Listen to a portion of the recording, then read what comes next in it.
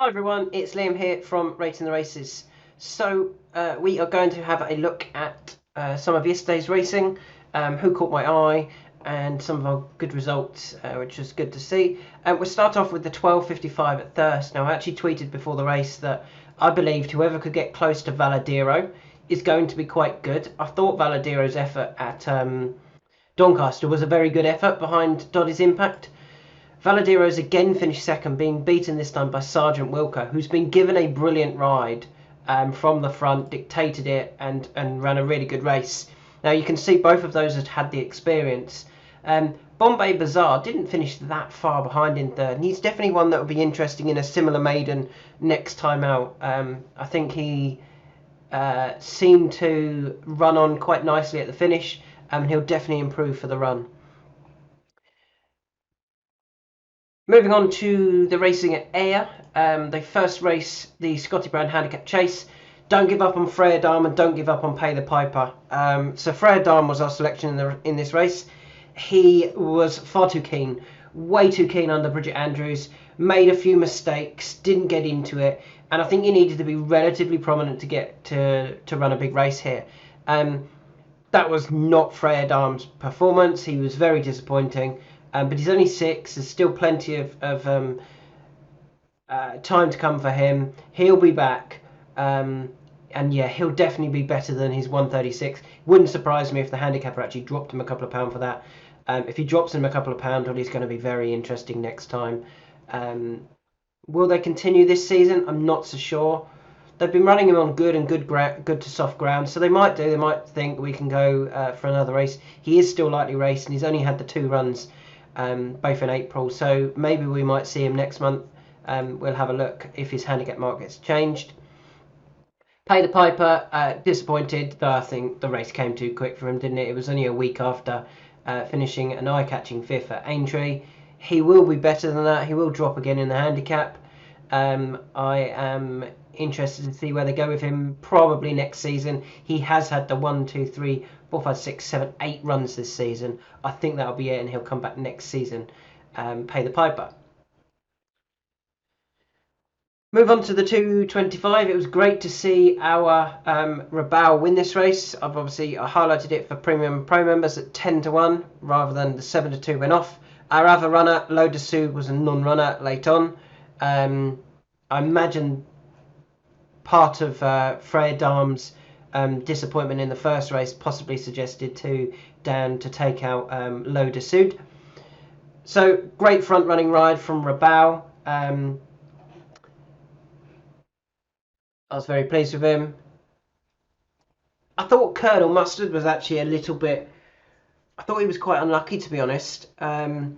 The way the race panned out, you wanted to be prominent. Those generally held up, didn't get involved, apart from Colonel Mustard. And I wonder whether Kieran Buckley actually thought he was going to win it, turning in. And he just waited. He waited and waited and waited, and probably left it too late. I do think he's the type of horse that could be aimed at all of the big handicaps next year. The Greatwood, the Betfair Hurdle. But I just wonder whether they might try and plan a whole season around coming back to Cheltenham for the County Hurdle. Obviously, they were 3rd in the County Hurdle in 2022 behind State Man and First Street. That was a very good run. And I just wonder whether they might plan the whole season next season around coming back for the County Hurdle at Cheltenham, or potentially the Greatwood Hurdle. He's still not. If the handicapper's kind, he got beat by 3 lengths. If the handicapper's kind and leaves him off 146, yeah, he's definitely got a chance in a similar handicap. It's probably gone against him how the race was run here. Of those behind, I probably wouldn't be interested in those behind. I think nothing's going to catch my eye anytime soon of those behind, really. Moving on to the 3 o'clock. This was frustrating, wasn't it? I mean, Balco Coastal jumped atrociously. I thought it was very disappointing. And our 2 horses that were waiting for handicaps finished 1st and 2nd. That's Alright Gino, obviously disappointed for us at Cheltenham in the plate. Went off a 5-1 favourite that day and wins here instead. We were on at 16s for the plate. He ran no race. And I think I tweeted after the race, totally forget that race. He dropped a pound to 144, he ran no race, and he will bounce back. I suggested going for the silver trophy at Cheltenham, where I thought he would have gone really close. Instead, they come to this Grade 2 and won that instead. Let's just have a quick check. So that was only last week, wasn't it? The silver trophy. Did they get it right? Wednesday, Cheltenham. So they would have to take on Caribbean Boy. I think they would have beaten Caribbean Boy. That race was for 40 grand on good ground. This race was for 26 on good ground to win it. I would have gone for the Cheltenham for sure. The second horse that was frustrating was Thunder Rock. He's ran so well. I've been calling out for a handicap for him for ages. Thunder Rock will be interesting when he goes handicapping. They've run in the graded race. For me, I think they would have won this race here for 26 grand over 3 mile in a novice handicap. Instead, they came here and they won. What did they win here? They won 9-7. They could have only won 25 if they'd won the race anyway. So it's not like prize money wise, it was actually worth more money to win the novice handicap over 3 than it would have been to win the Grade 2. It wasn't an easier race. I think the easier race was the 3 mile handicap, and I think he wants 3 miles. Yeah, I would have gone for that 3 mile race, to be honest, and I think they would have won that. Again, he's going to go up in the handicap. He was 147. He's going to be, I reckon, 149, and That's Alright Gino probably up to 150 after that, which is very frustrating with their handicaps in mind. Moving on to the 315 at Newbury.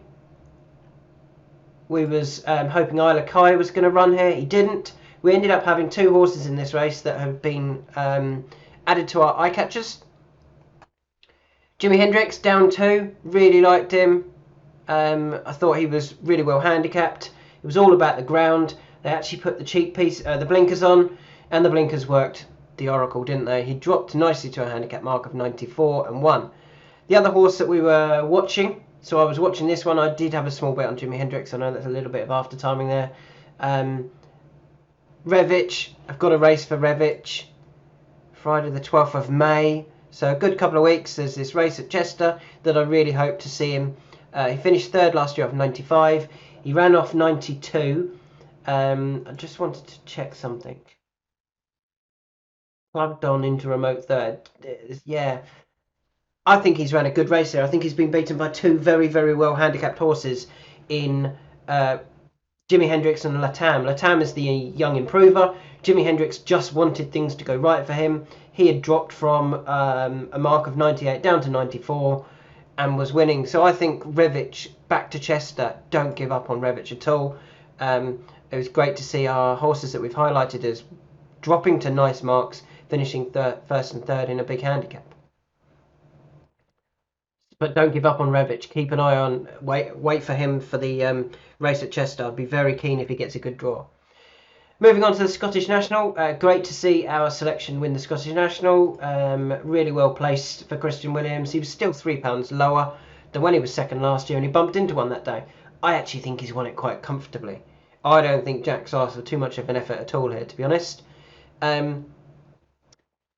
I very rarely do this. I mean, I put a horse in our handicap mark that had gone up in the handicap. Interestingly, you can see the last 2 here that both went up in the handicap, and I suggested that they were well handicapped despite going up. Kitty's like +8 to 140, and That's Alright Gino +4 to 145. He's obviously not won off 145. He went down to 144 and won a Grade 2. Both of these have won good races. Kitty's like won the Ida. We was on the Ida, and I said go to the Scottish National. He did, and he won. So very pleased with that. Is there a horse to take out the race? Absolutely.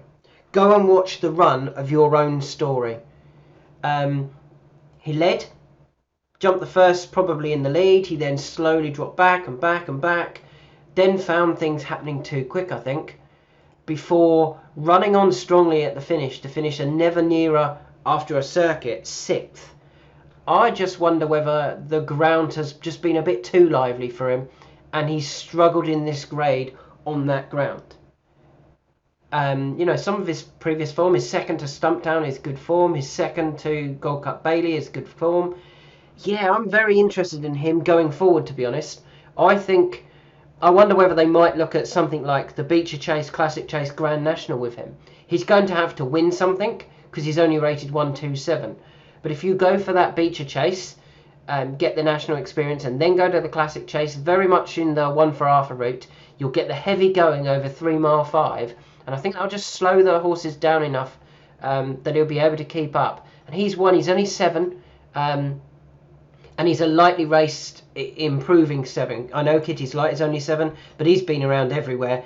I mean, he was running in Bet365 Gold Cups age 5. Yeah, I'm very, very interested in your own story going forward, to be honest, in probably next season, maybe something like the Classic Chase. Moving on to the 355 at Limerick, so I called a few races in Ireland as well. A couple that caught my eye. Limerick 355. It was a maiden, and if you watch all of the Limerick races, you had to be prominent. They kicked off the bend as well, and the newcomer for now, really eye-catching. Right out the back, travelled widest into the straight, ran on really strongly. If it was another couple of yards and he would have got up for second, being beaten by Top Rated, who had all the experience, jumped out and was the gelding, so he'd been gelded. I know why he's a colt still for now. He's a smart colt, he's going to be better than, I think he'll be better than all of these going forward, and I think he'll win next time for now, and then we'll see where he ends up. I don't know what type of level he's going to end up at, but he's definitely going to be good enough to run a big race definitely next time, and then go into handicap company after that. Or probably conditions races. But yeah, keep an eye on for now where he runs next time in a maiden. I'd be disappointed unless he bumps into a group performer. If he runs into something like this, he'll win next time. A similar sort of story for a horse in the 530. Tudor Manor hadn't run for 283 days and had a £10 claiming jockey on board. Held up right out the back, but the jockey wasn't doing anything. He was really comfortable for most of that race before eventually getting going late on. He has had a second before at Limerick, and yeah, I just think that he's better than that. I think he's better than his mark of 64. As soon as they get a decent jockey on, no offence to the jockey, I didn't think he was very strong. They can find a poor race for Tudor Manor. He's one I'll be keeping an eye out for going forward. Off to Thirsk, and there's a horse in this race that I want to give a chance to, possibly next time, and it's the formerly highly rated Muka, now with Nigel Tinkler. If you watch that race, Fame at Minimum has got stuck on the inside and has been able to do no effort whatsoever. The handicap is going to drop him again. He's going to drop him down to 70, I reckon. Now at Nigel Tinkler, he travelled well enough into that race to suggest that maybe there's some ability still in Muka. And I'll be interested to see where they go next with him. As soon as they get a clear run, we'll then get to see his true ability. But the fact that he was dropping in class already to a 5, he's going to drop again in the handicap. Yeah, I'm quite interested in Muka next time out for Nigel Tinkler. Thirsk, a similar type of run here, but this time the horse did get out, but he was definitely running against the pace bias, and that was Cold Stare. Held up right out the back, didn't get the clearest of runs, finished strongly, beaten by the top-rated horse Society Lion, who got a perfect trip out the front. Yeah, I'll be... Cold Stare's been beaten again. Did he go off favourite again? He's been beaten the last twice as favourite. Handicapper, I think he might leave him at 74 after that. And yeah, I'd be interested to see where he ends up next. I think he was a little bit unlucky by how the race was run, rather than he was a little bit unlucky because you needed to be prominent, or you needed to at least get a clear run, and he got neither. So yeah, Cold Stare I think can certainly win a race soon for Middleham Park Racing. Moving on to the 520 at Nottingham. Again, similar sort of story here. The 525, good to go. Slowly away under Joe Bradman.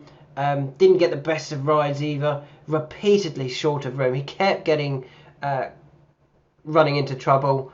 Yeah, he could be interesting going forward. I mean, it's not the best of races. He's not had the best of form, but it was his first run on the turf again for a long time before. Last time he ran on the turf, he went off 100 to 1 in a race that he ran no sort of race. He only went off 18s here in a similar grade. So I just think that they think he's a bit better than that now. Yeah, he's one that I'm just going to keep an eye on going forward. Good to go, sorry. Final one I want to talk about, definitely should have won again, I think. Diffident Spirit, beaten by the top rated horse, which is always interesting, and got absolutely no sort of run through. Very unlucky, Diffident Spirit. If he got a clear run, I think he wins that. And it's no surprise that he went off the 9-4 favourite. Yeah, if the handicapper leaves him on 74 again, after being beaten here, he's very interesting enough off that new mark. Connor Planus actually did nothing wrong. He just didn't quite get there in time. Final horse I want to talk about is our frustrating one, Warning Sign. We highlighted him after he ran a good 10th in the Spring Mile. He was down to run at the weekend. He was down to run yesterday at Newbury in the last race on the day. Bet365 opened him at 20s. He then got shortened very quickly to 12s, then 9s, 8s, 7s, 6s, 5s, 4s, 3s, 5 to 2, as short as 5 to 2 in places before Gary Moore took him out. To win the race, it was only worth £6,000 or £6,500. I wonder how much it was liability for the bookmakers. I bet it was more than £6,500 if he had won. Just something to think about. So yeah, I was frustrated with that. But if you've got this far in the video, good for you. Remember, there is another Gary Moore horse on Tuesday that I'm very interested in. You'll see I've made a tweet about him. They forecast him to be 12 to 1 outsider of the field. He's never going to be the 12 to 1 outsider of the field. Let's see if anyone's priced it up yet. No, they haven't. Nobody's priced up the race. If he goes off the 12 to 1 outside of the field, I'll be very keen on him. Well, whatever price he goes off, I'll be keen on him, unless he comes out, a 6 to 4 favourite. That's ridiculous. But yeah, keep an eye on the horse for Gary Moore in the 3 o'clock at Epsom on Tuesday. I'll be having a bet on him for sure. So there's some thoughts for the weekend. Bombay Bazaar can definitely win a race like this. Freya Dam and Pay the Piper, both for next season. Don't give up on them. Freya Dam might come out again this season. Colonel Mustard, I'd like to be... I wonder whether they'll aim him at the Cheltenham Festival whole season plan. He was unlucky with how the race was run, but great that we got the winner. Both potentially ruining the handicap marks, and That's Alright Gino and Thunder Rock, very frustrating. Revich, when he comes out next, hopefully it's at Chester, I'll be very keen on him. Bumped into 2 well-handicapped horses. Kitty's Light, I think, has won the Scottish National comfortably. Your Own Story just needs a bit slower ground, I think. For now, will turn out to be the best of those in that maiden. Should win a maiden next time. Tudor Manor, as soon as he gets a good jockey on, I think he'll be able to run a big race. Muka, yeah, I'm interested in him next time. Got no sort of run here. Could be down to a mark where he can start to show a bit of ability again. Who was in that? Cold Stare, unlucky, ran into trouble at the wrong time. Should have won that. Good to Go, again, I think would have won if he'd got a clear run. Diffident Spirit, again, I think he would have won if he'd got a clear run. And there's a couple that were beaten by top rated, so that's always good form. And finally, how frustrating is it for Warning Sign? But maybe Gary Moore can do us a favour on Tuesday with another horse in the 3 o'clock race.